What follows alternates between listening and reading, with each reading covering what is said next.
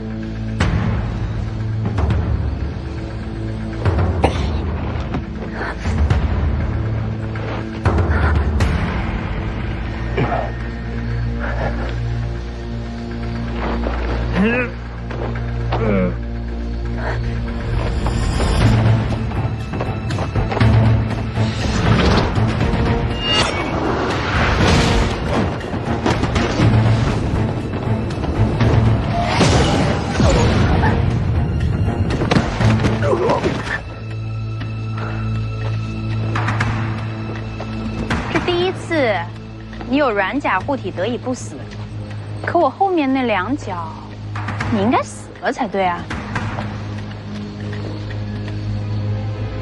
你还真把王重楼的大黄庭化为己有了。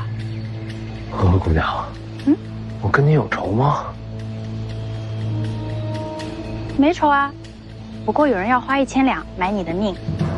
靖安王，那你为何要救我？我亲手杀你。才有1000两，别人杀你，我只有500两。我这命还挺值钱。该说的都说了，你可以去死了。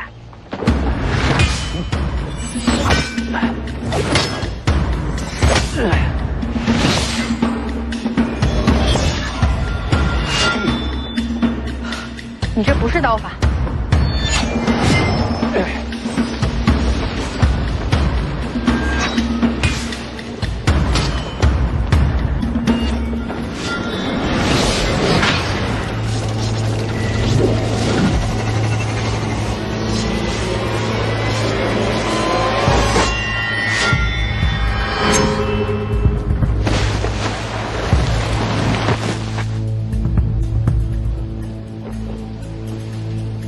你的伤还能再出刀吗？要不你试试。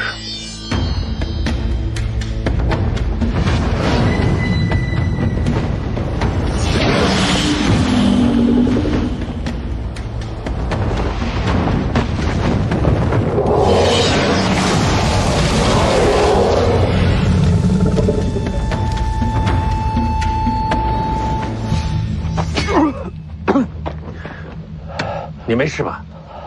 没事。刚才看你用了剑九皇的剑法，剑1到剑9，老皇都留给我了。练了挺久了吧？这可是你压箱底的本事。青岛没事吧？他的命暂时保住了，那就好。可你要死了。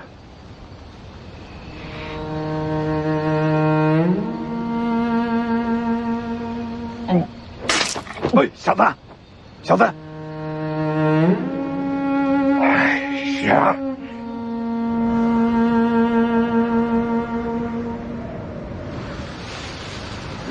把兄弟们的尸首认真包好，送回北凉。是。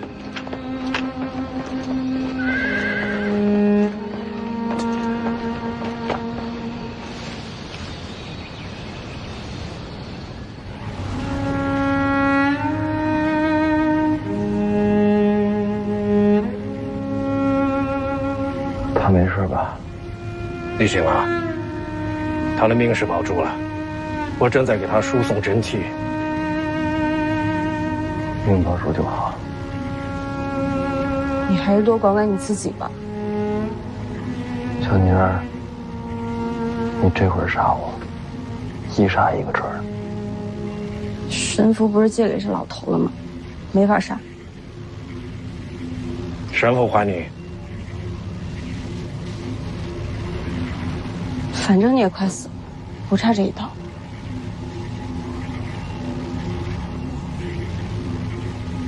真这么严重？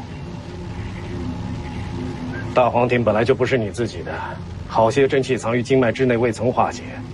那丫头对你3下重手，让你经脉紊乱，真气逆行，不死也难。唉，谁能想到，灵州城里卖酱牛肉的丫头，居然会是个杀手。在北凉的时候，我还最喜欢吃他家的酱牛肉。还想着酱牛肉？前辈，我还有活路吗？有。我现在出手，废你丹田气海，化去一身大黄庭，你大概能活。但是那样我就废了。本来真气就不是你的，没真气总比死了强吧？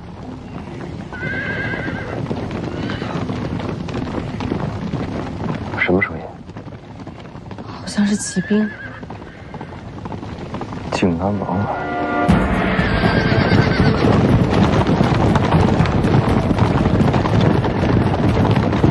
铁骑现在才入场。好一个靖安王！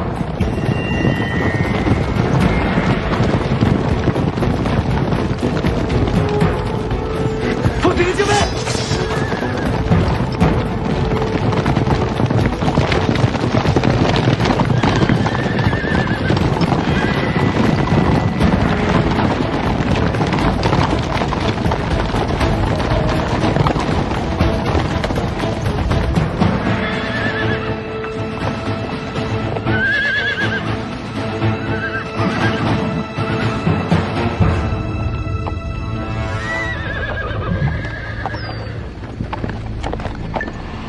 王爷，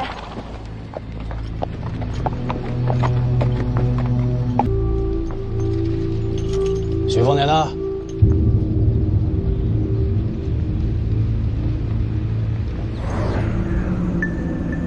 前辈，帮我看住他们俩。你都这样了还想出去？只能是我去。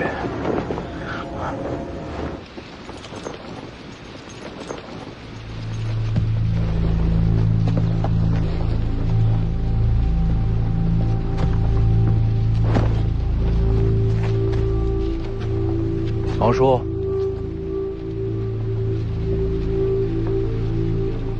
王叔的佛珠呢？没带着。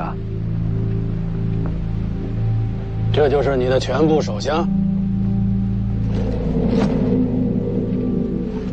王叔可否借一不说话？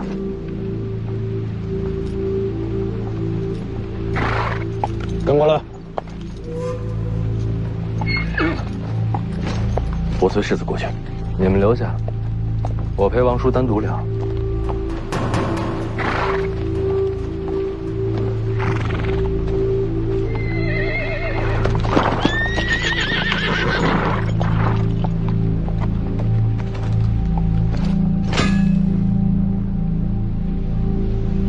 王明银死了，天下第11名不虚传，幸好小侄身边有两袖青蛇的李淳罡。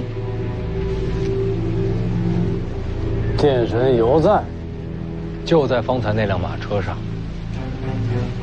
那你还敢跟我过来？为何不呢？留在李淳罡身边，或许你还能保住这条小命。王叔又不杀我，我担心什么？不杀你，我请来天下第11做什么？王叔若真要杀我的话，大军出击即可，何必请什么江湖人士？那你觉得我让王明营刺杀你，是为什么？如伟当这场刺杀，是杀给别人看的。杀给谁看？京城啊，皇帝啊。北凉尾大不掉，青州又何尝不是统领大军？都是藩镇。王叔若不刺杀我一场，当今陛下怎么能对您放心呢？原来你也知道，青州和北凉注定为敌。大势所趋罢了。原来呢，事情很简单，你只要把王令权交给我，你就可以离开青州。可现在，你我都无路可退了。那是徐骁想的办法，我不喜欢，所以我自己找生路。调戏本王王妃，就是你找的生路。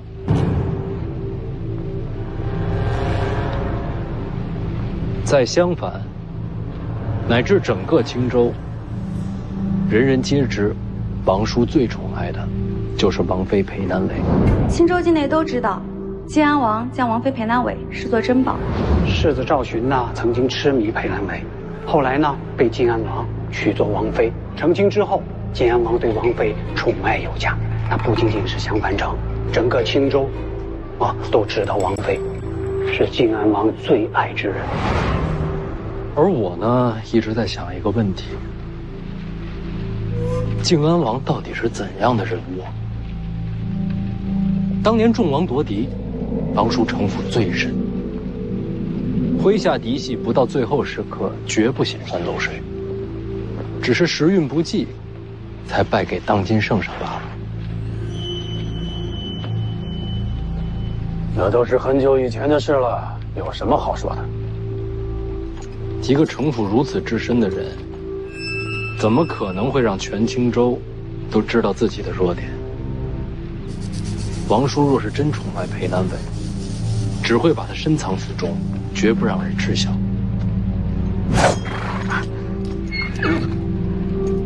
你们不知道我是谁吗？退回去！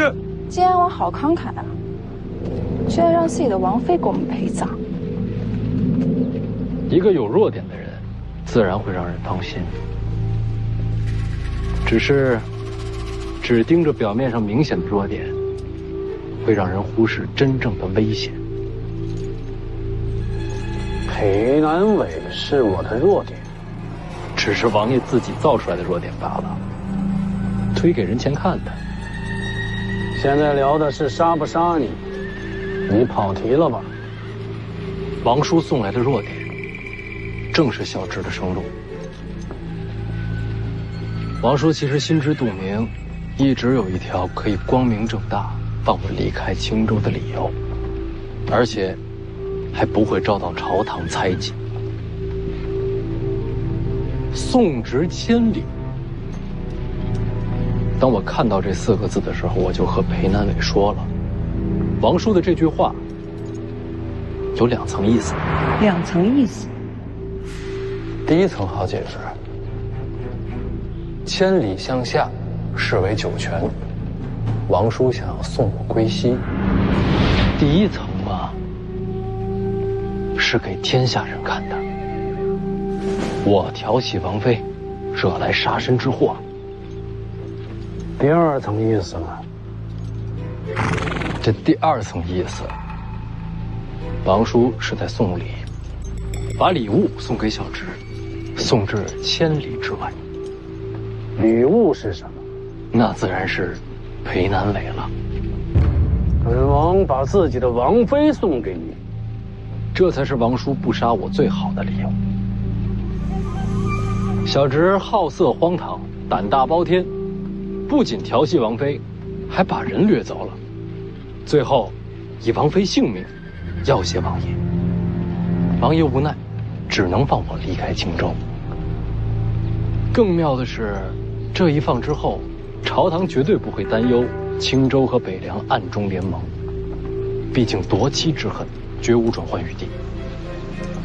若本王真的想放你走，又为何要闹这出芦苇荡刺杀呢？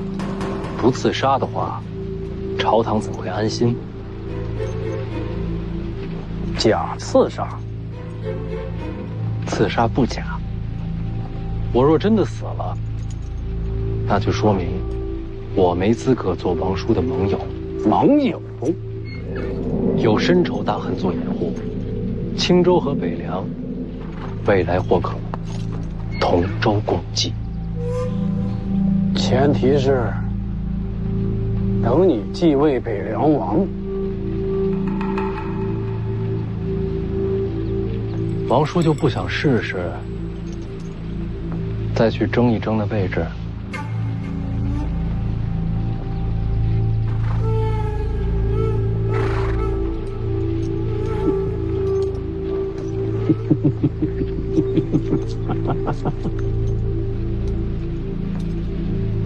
徐骁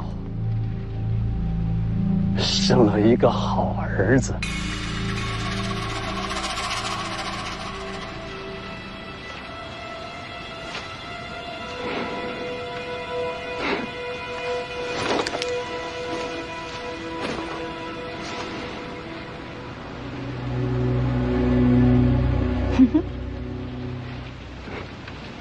方才乔建姑娘动手了，我们都要杀徐凤年，可以联手合作。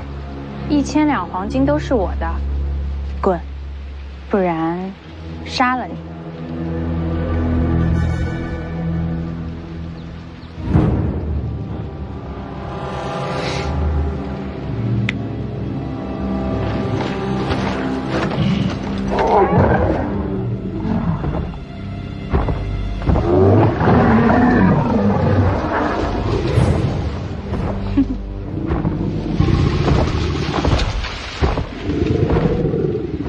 滚！好嘞，那我就先滚了。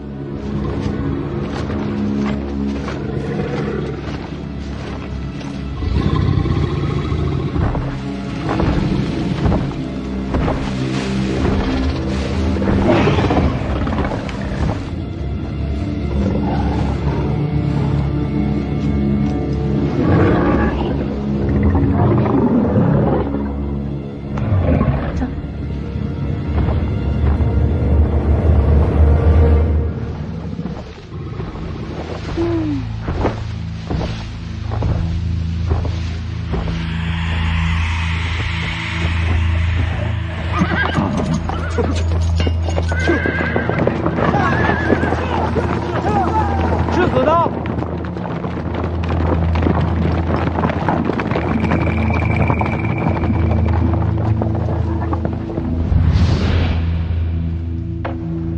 这本刀谱是本王从武帝城求来的，既然你使刀，总会用得上。那这木盒呢？里边是半柄木马牛，李剑神的佩剑。正是。虽然被王仙尊折断，可就算是断剑，在剑神手中也是神物。提前准备，您是早就知道李淳刚与我同行？就知道李淳刚在，才放心让天下第11出手刺杀。刺杀就得真实，可是也不能让你的脑袋真的搬了家，不然徐骁那个老疯子铁定马踏青州。王叔，我是想礼佛，可没打算自己去西天极乐呀。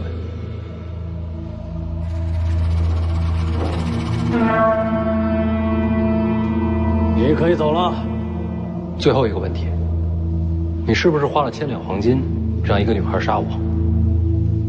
有这回事儿。和和姑娘是你训练出来的杀手？你问太多了。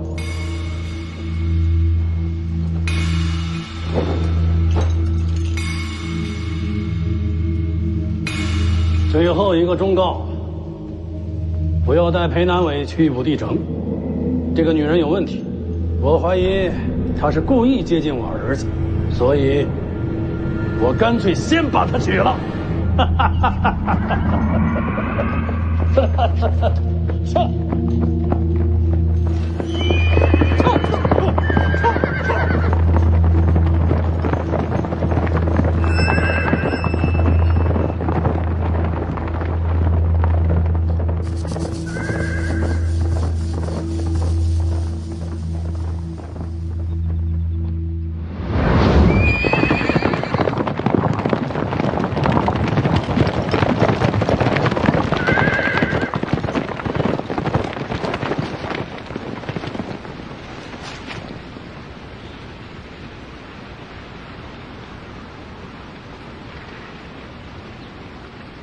走了。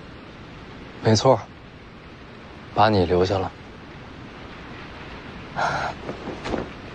你就不想问问，我准备对你做什么？我倒是有一个问题。你说。你送走王灵泉，约我来芦苇荡，是早就猜到有一场刺杀。是有准备。你给了王家生路，可最后还不是让凤子颖为你冒险？这些人，全都是因你而死。徐凤年，你的慈悲可真虚荣。放肆！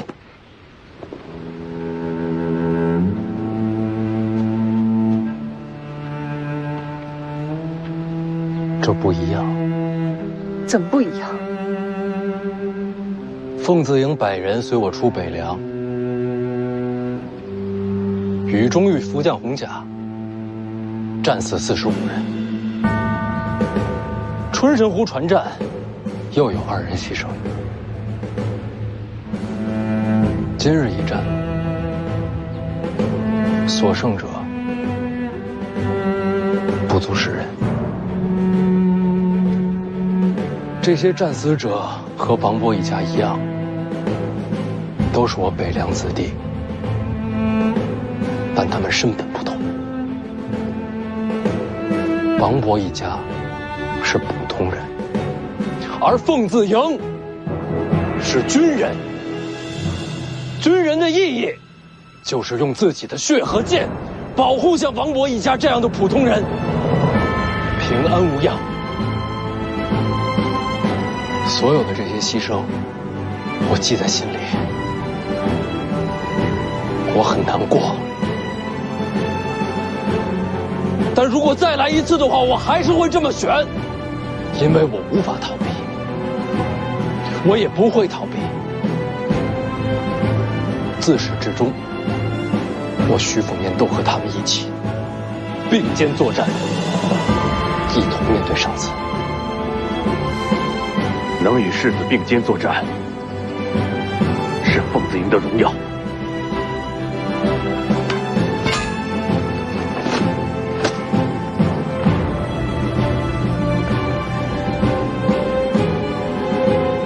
世子，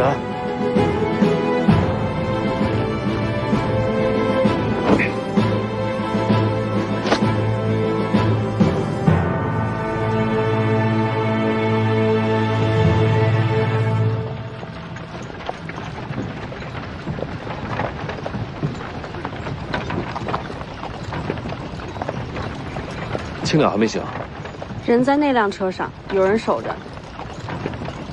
幸亏我撑住了，要是让靖安王看出我身受重伤，还不一定能放我安全离开。你倒是做了个好买卖，一早就想着劫走王妃。要不是靖安王给机会，也不会让裴南伟来芦苇荡送信，大家心照不宣罢了。你和那老狐狸心照不宣，一窝火。他是狐狸，本世子是雏凤，反正都是禽兽。你这画风越发犀利了。说到禽兽，我想起个事儿。什么事儿？还记得在青城山遇到虎魁被杀，那时候我在林里走散，见到有人骑着巨兽呼啸而过。也不知道是什么杀了虎魁。我看见了，从我跟前跑过去的。长什么样？跑太快没记清楚，就记着黑白杂色，而且背上还背了个人。现在想想，那背影和刚才刺杀你的那个丫头特别像。你是说虎魁是呵呵姑娘杀的？那他从青城山就跟着我们了？不对呀，那个时候还没进青州城呢。难道他不只是为了靖安王的1000两黄金杀我？他在骗你。那他是在灵州城卖酱牛肉就伺机想杀我？也不对呀，这么多年那么多机会，干嘛等到现在才动手？哎，你到底跟那个什么嘻嘻哈哈姑娘有什么关系？我就买肉的时候见过几次，我都不知道她名字，我看她整天笑呵呵的，给她起名叫呵呵姑娘。还有啊，靖安王提醒的对，裴南伟不能跟我们通行。你先考虑考虑自己吧。我怎么了？你眼睛都在流血。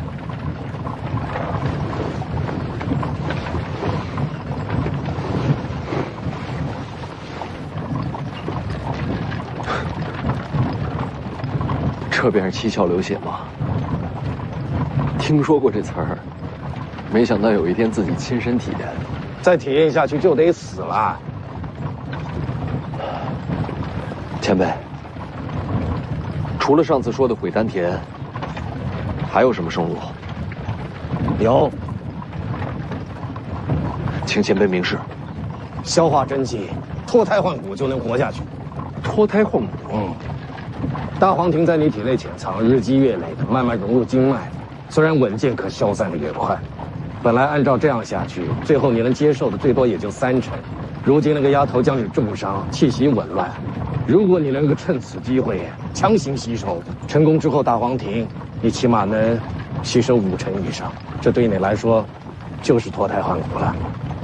也就是说，不但能活，功力还能长。不，强行吸收是置之死地而后生啊！经脉冲破，有如千刀万剐，那种痛你能熬多久啊？需要挺多久？不知道需要多少时辰。这期间每一刻都有如伸手挂线。一旦开始，便无退路。只要你放弃了，立时经脉寸断而死。这种痛，不是人能熬的。我想试试。你身为北凉世子，你然位高权重，就算你不会武功，你何必冒这种险呢？老黄挑战王仙芝而死，总有一天，我要替他再战一场。就为了见九皇？我娘的死，凶手为之。将来，我要亲手为他报仇。决定了。是。这是你自己选的路，死了不能怪我。不怪前辈，是我自己找死。你不劝他？换了我也这么选。行，把衣服脱了，选个舒服的姿势坐好。小子，你坐稳了。我现在将真气帮你导入经脉，之后就靠你自己熬了。多谢前辈。来。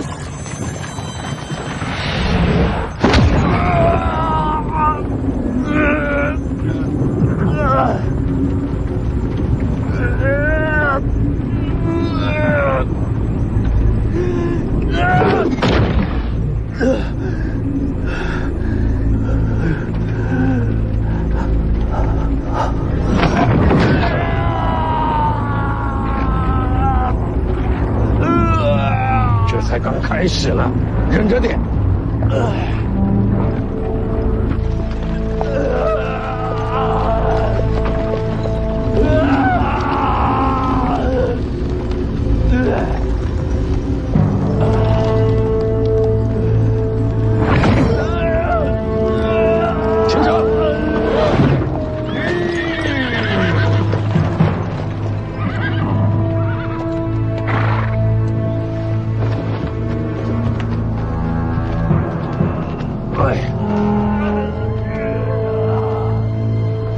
前辈，你们帮不了他的，这千刀万剐，要他自己扛。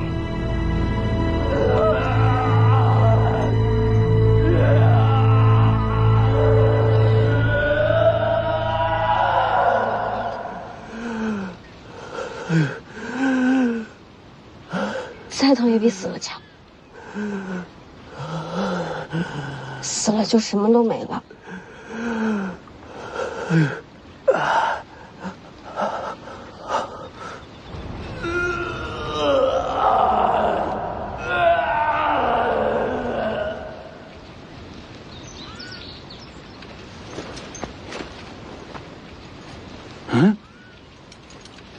怎么没声了？疼了那么久，怕是喊不出声，也没力气动了。这都几个时辰了，还要熬多久啊？那得看他自己。那熬不住呢？哎，熬不住就得死啊！前辈，世子若死了，我们这些护卫怕是都要陪葬，还请前辈救世子一命。没办法。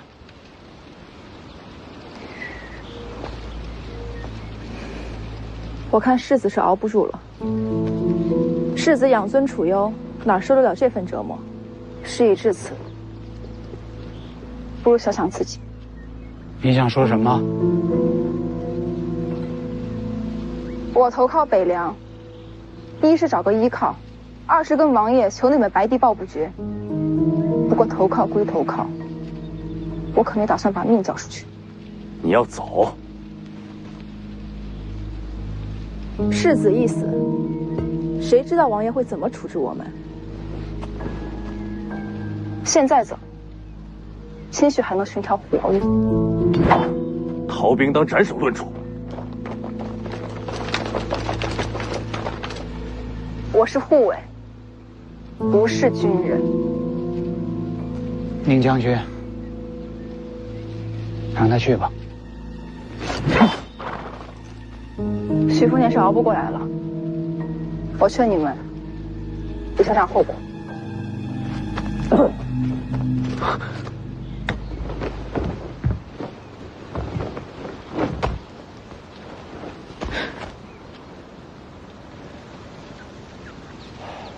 这就尴尬了。你说你晚走片刻多好。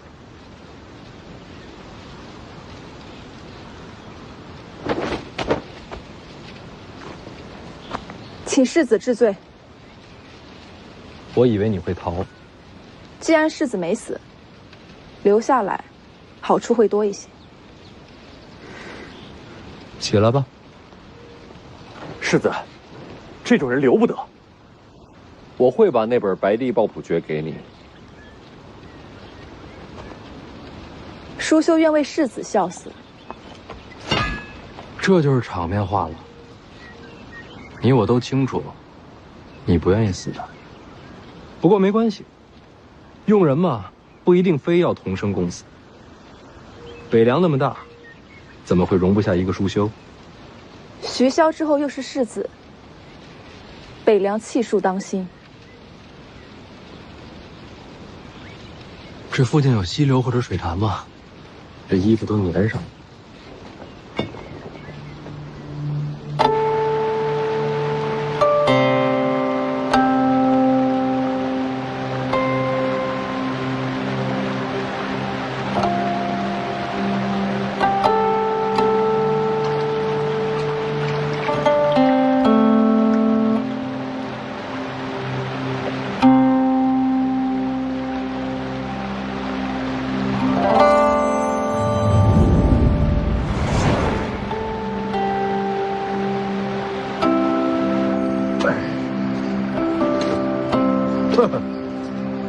刀枪不入的麒麟甲，什么刀枪不入啊？还不是被呵呵姑娘一手刀打成这样。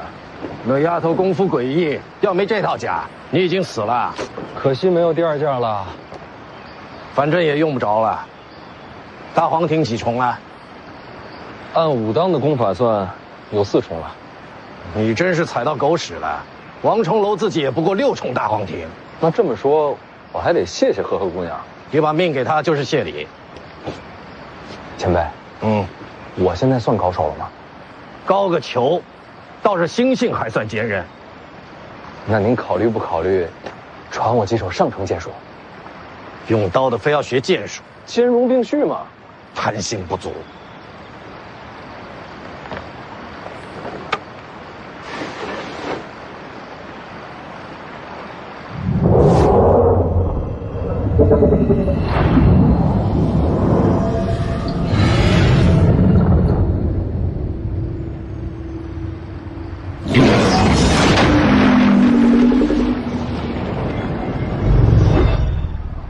这就是两袖青蛇，到武帝城之前学不会，就是跟你无缘。您要把两袖青蛇传给我？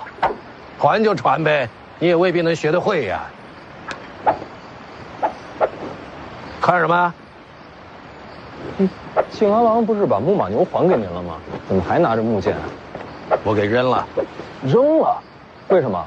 断了的剑，拿它做啥？那可是名剑，你舍得？到我这境界啊，铁匠铺找把钝剑拿着一样是剑神。您是什么境界啊？天不生我李成刚，剑道万古如长夜。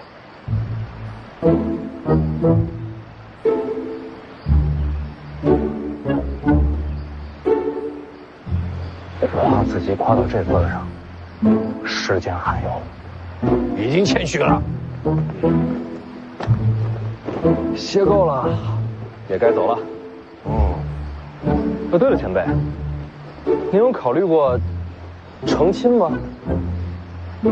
您觉得裴南伟怎么样？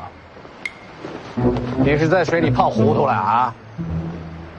说真的啊，这位王妃啊，那可是个烫手山芋，连靖安王都觉得她来历有问题。咱们这一路要是带着她，不知道惹出多少麻烦来，可又不能把她送回襄樊。要是您肯接手的话，肯定镇得住她。滚蛋！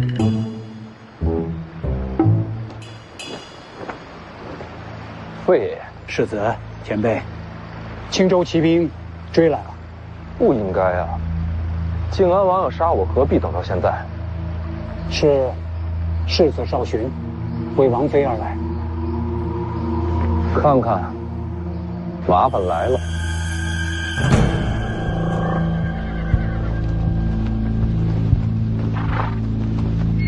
把人交出来，我放你们走。又见面了，这脸上的伤好了没有啊？把人交出来。哪个？接我靖安王妃，你是我青州无人吗？就带这么几个人就敢出来拦人，你爹不知道吧？这是我青州与北凉之争，与江湖人士无关。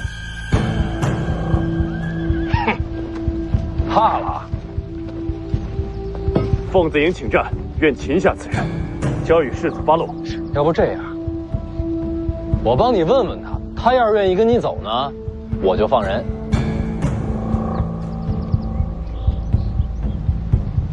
你都听见了，想不想跟世子回襄樊？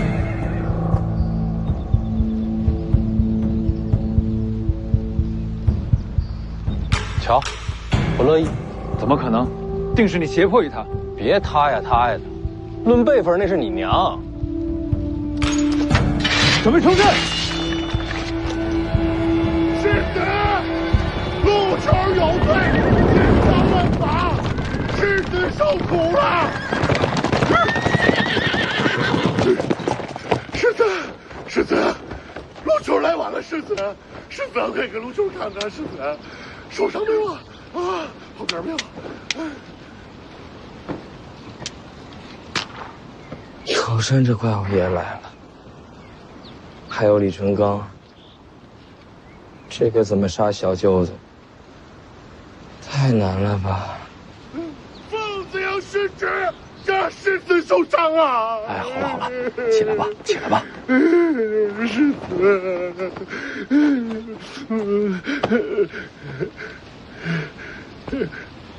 世子，谁呀？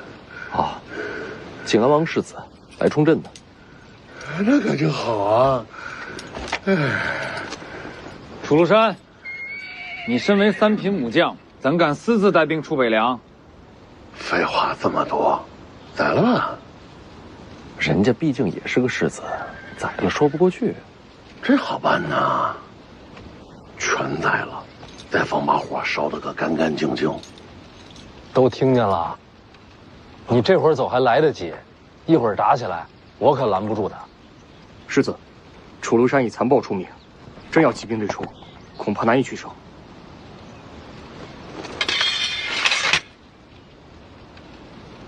今日之耻，来日必报。你敢再指我家世子试试？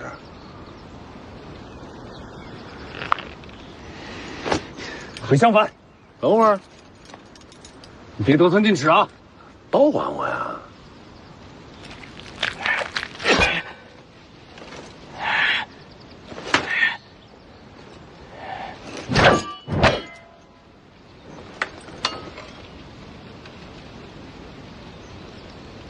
走。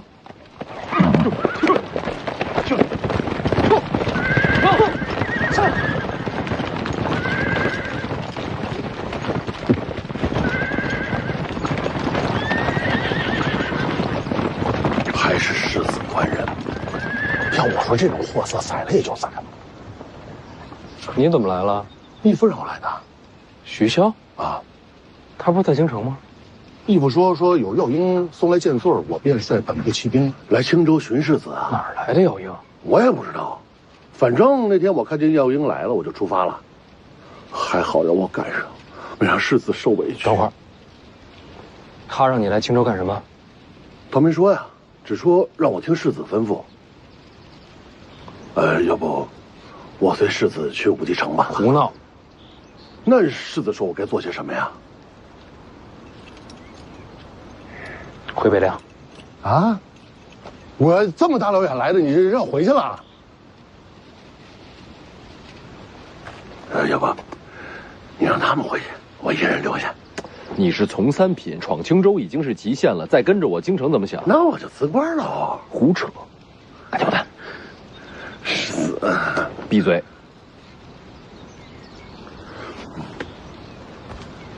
我说这等会儿，你看，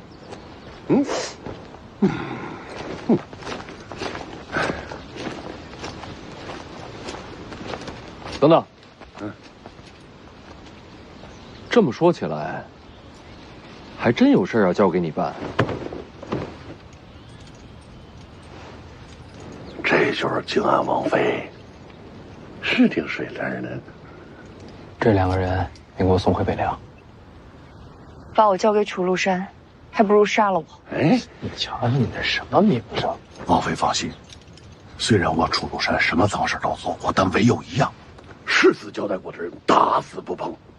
青鸟送回府上，好好调养。至于他嘛，毕竟身份特殊，不能留在府里。不如我寻个院子，把他藏在胭脂郡。倒也可以，不过得保密。陆球明白，谁都不说，好好守着，就等世子回来慢慢享用。什么叫我慢慢享用啊？这位论辈分是我婶婶，所以我才要保密呀。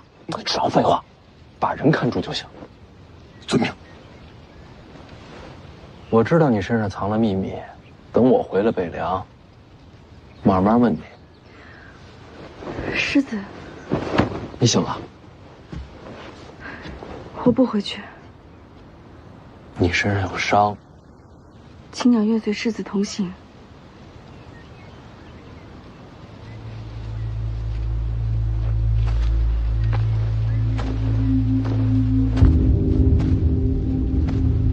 楚禄山不会随行。大师傅，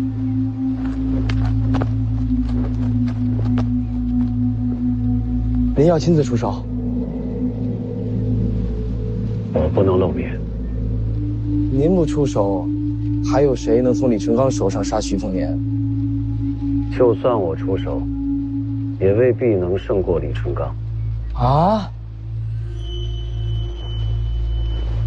那可怎么办啊？如今5具福将红甲，就剩下1具金甲了。去龙虎山吧。龙虎山，找龙虎4天师。去后山深处，无底潭边找钓鱼人。要直面李淳罡，只有靠这一位出手。您说的这个钓鱼人是隐士高手吗？可是人家好端端的为什么要帮我杀徐凤年？他叫赵皇朝，身上也流着皇室的血脉。皇族，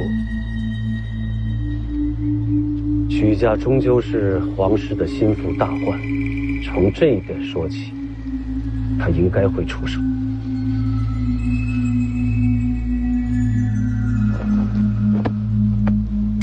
徐凤年一死，我得亲自在旁推波助澜，才能让徐骁反出京城，导致天下大乱。你就有了夺取社稷的一线机会。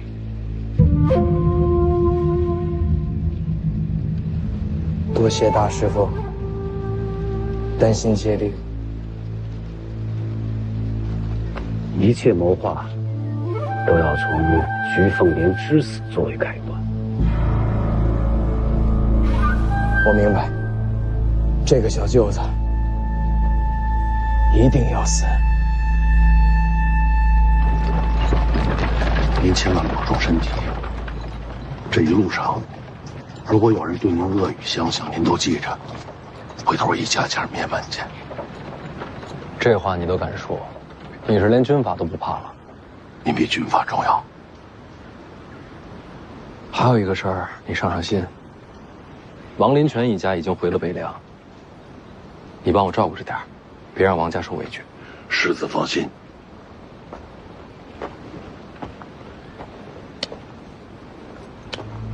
吕钱塘战死在芦苇荡，这是他的骨灰。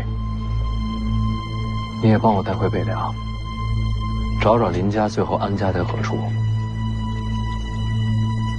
他临死前说，想把自己的尸骨撒在江里，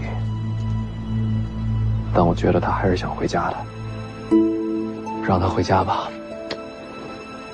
我一定办好。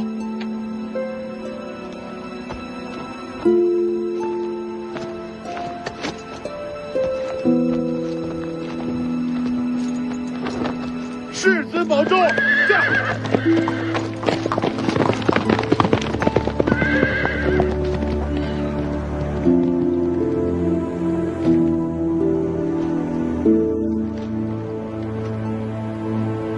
于若薇到哪儿了？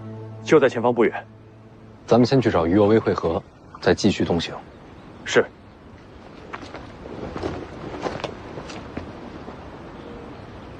你呀，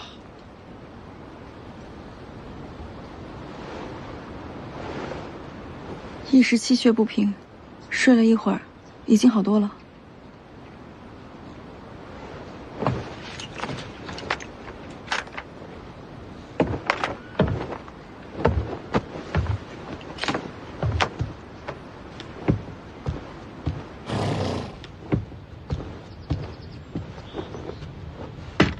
世子，我还可以驾车的。别废话，好好养着。下一站去哪儿？江南，去见我大姐。楚禄山是徐骁派来的吧？是。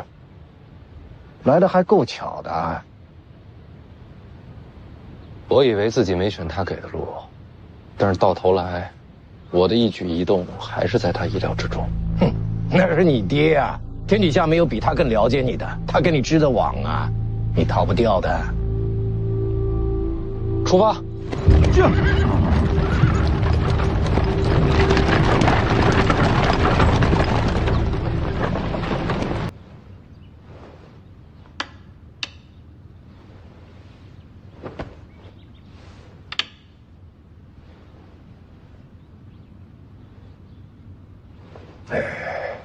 青州的消息传过来了，你儿子色胆包天，竟然把靖安王妃给掳走了。我听说啊，靖安王是一怒之下砸了佛堂，还请了天下11王明银出手刺杀。倒是没想到，你竟然把李淳罡都请出来了。你儿子李王妃要挟，靖安王只能放他离去。可这一下子，你们北凉和青州的仇可就结深了。恨北凉的人多了去了，不差一个赵恒。哎呀，你和世子如此荒唐，你怎么想啊？我没什么可想的，那得看看陛下怎么想。陛下很高兴。哦，如此荒唐的世子，对陛下来说很适合北凉。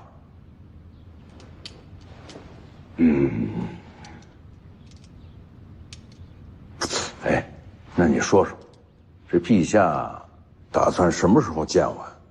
等等，再等等。你儿子出青州过豫州，很快就到扬州江南道了。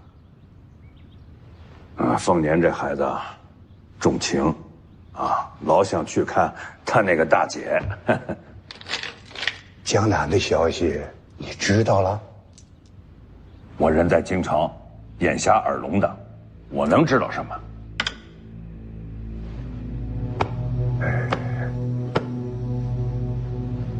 听说，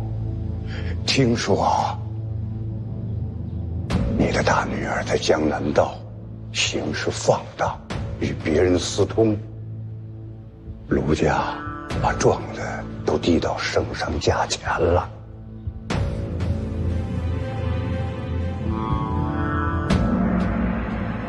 这一步绝了！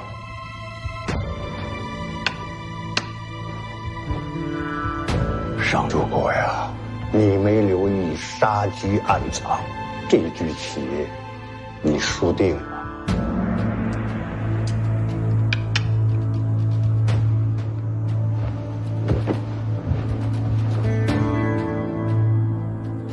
没救了。你知道什么样的棋手最可怕吗？一步失算，料敌先机。哎，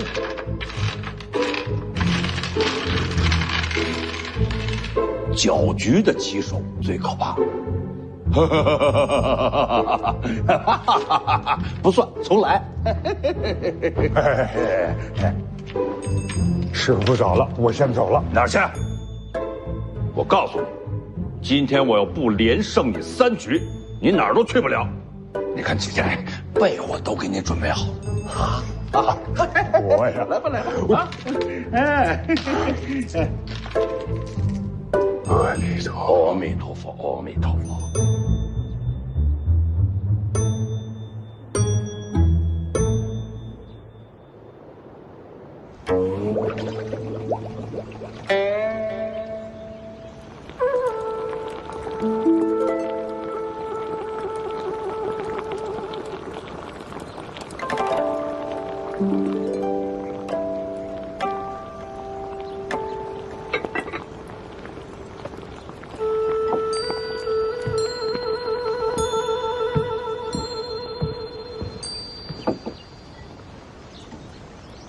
小姐，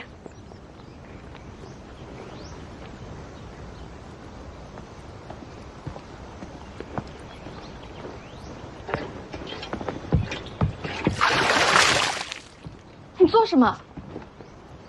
卢家门风清正，到头来被你这个放荡女坏了家风。徐之火，你在外面勾引男人，闹得全城皆知，简直是不知羞耻。羡慕吗？你这个无耻荡货！可怜呐，你怕是想做荡货，也没人要。我撕了你个嘴！做什么？你放开我！二乔，让开！放开我！不是要撕了我的嘴吗？请吧。你以为我不敢是吧？我就赌你不敢。动不动手啊？书还没有看完呢。卢家娶了你这种女人，简直是家门不幸。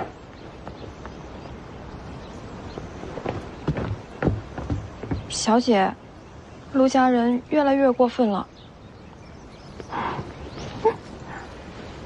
您还笑？我当然要笑了。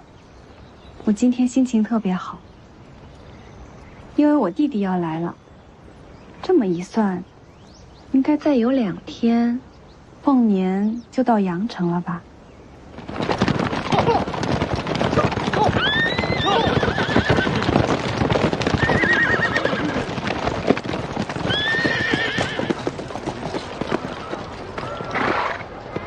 终于到了。进城先问问卢家怎么走。世子，要不等一下后面的马车？我先去找我大姐，让他们后面会合。世子，怎么了？李贤妹说她饿了。也是，这一路舟车劳顿，确实辛苦了。那先不着急，进城找个酒家，大家吃饱了喝足之后，再去卢家。好。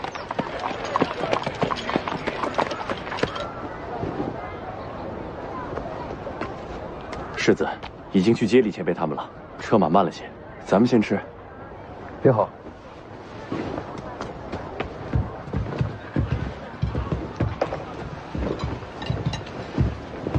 先点吃的，一会儿问路。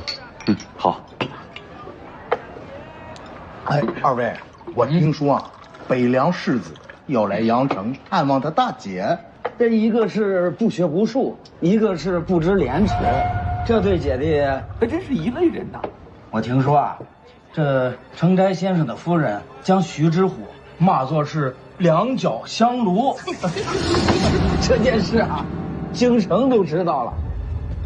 你是有所不知啊，在宫里啊有个娘娘，跟程斋先生的夫人是同族，按辈分算啊，娘娘叫她一声侄女。徐知虎他这般浪荡，他卢家这点脸面往哪儿放啊？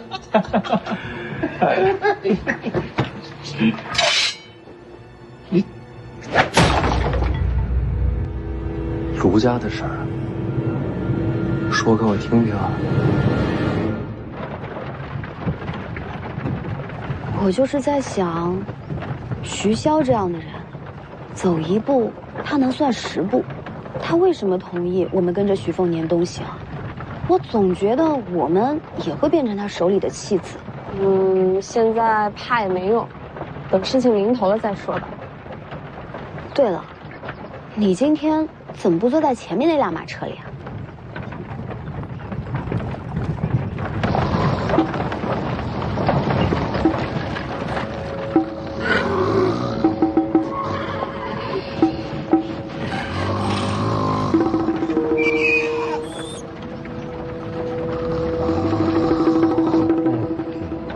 一代剑神还打呼噜，吵死了！我也不明白了，那2个小家伙在我边上上蹿下跳，天不怕地不怕，怎么一到李前辈跟前，乖得跟小猫一样？那老头武功高，镇得住他们。所以说，武功高还是有用。当年西楚高手如云，最后还不是灭国了？那是北凉太可怕。国战初时，咱们楚国还是占了上风。我听说杀了黎阳朝不少大将。当年卢家嫡子领军被擒，被父王赐死了。哪个卢家？你说阳城这个徐知虎的婆家，那跟你不是深仇大恨啊？他们又不知道我身份。别担心，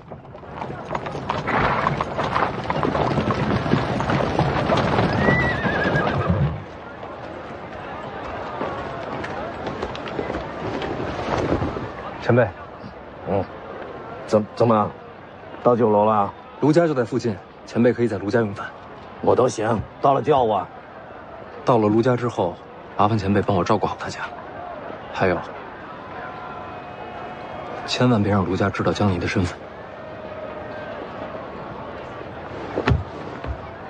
你不跟着去啊？我要去江心郡找一个姓刘的人。要杀人？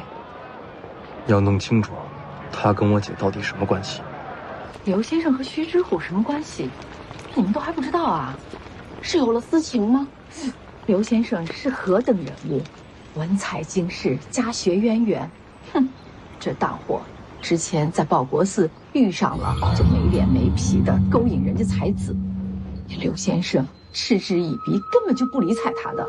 然后可巧被这刘先生的夫人给撞见了，这刘妻可不得了啊！听说跟娘娘都是亲戚关系，听说娘娘叫她侄女儿，那可不是嘛？怎么能容得下这种荡妇啊？你们猜怎么着？直接呀，一个巴掌就打上去了，打的是解气。如今阳城人尽皆知，我们卢家有这么一个儿媳妇了。不是这样的，当时并非如此。哼，你还想替他抵赖啊？走走走，公道自在人心。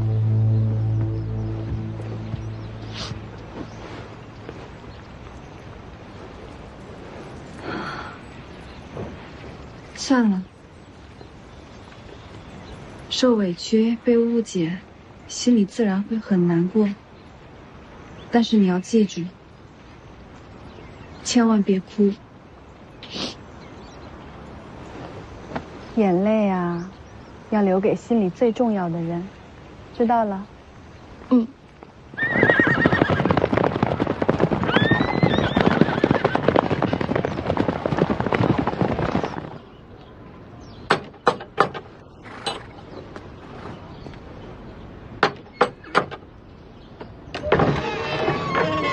北凉世子徐凤年车驾过阳城，请。